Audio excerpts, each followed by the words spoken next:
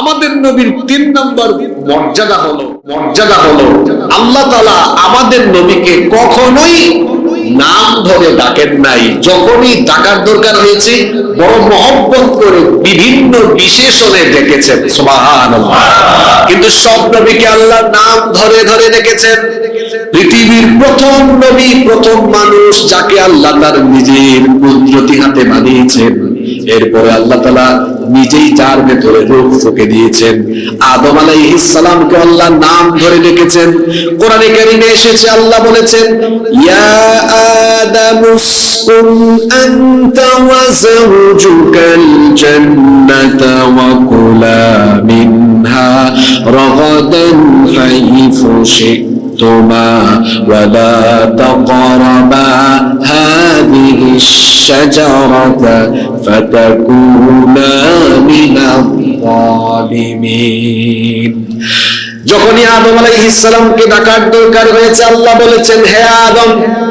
আবার যখন নূহ আলাইহিস সালামকে ডাকার দরকার হয়েছে, আল্লাহ বলেছেন, ইয়া নূহ হুব্বিতু বিসালামিন মিন্না।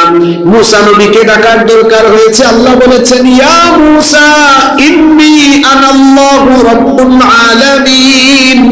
দাউদ আলাইহিস সালামকে ডাকার দরকার হয়েছে, আল্লাহ ডেকেছেন, ইয়া দাউদা ইন্না জাআলনাকা খলিফাতান ফিল আরদ। ইব্রাহিম আলাইহিস সালামকে ডাকার দরকার হয়েছে, আল্লাহ বলেছেন, ইয়া ইব্রাহিম ক্বাদ সাদ্দাকতা রুইয়া ইন্না কাযালিকা নাজজিল মুহসিনিন। এইভাবে করে পৃথিবীর সব নবীকে আল্লাহ তাআলা নাম ধরে রেখেছেন, ইয়া ইয়াহইয়া, ইয়া যাকারিয়া, সবাইকে আল্লাহ নাম ধরে রেখেছেন। কিন্তু যারা নিয়মিত কোরআন তেলাওয়াত করেন, কোরআন যারা অর্থ সহ পড়েন বা এমনিও তেলাওয়াত করেন, খতম দেন, বলেন তো কোরআন তেলাওয়াত করতে যে কোনোদিন কি আপনারা তেলাওয়াত করতে বা শুনতে গিয়ে কি কখনো করেছেন বা শুনেছেন নাকি? কোরআনের কোথাও কি ইয়া মুহাম্মদ আছে নাকি? কোরআনের কোথাও ইয়া মুহাম্মদ নাই।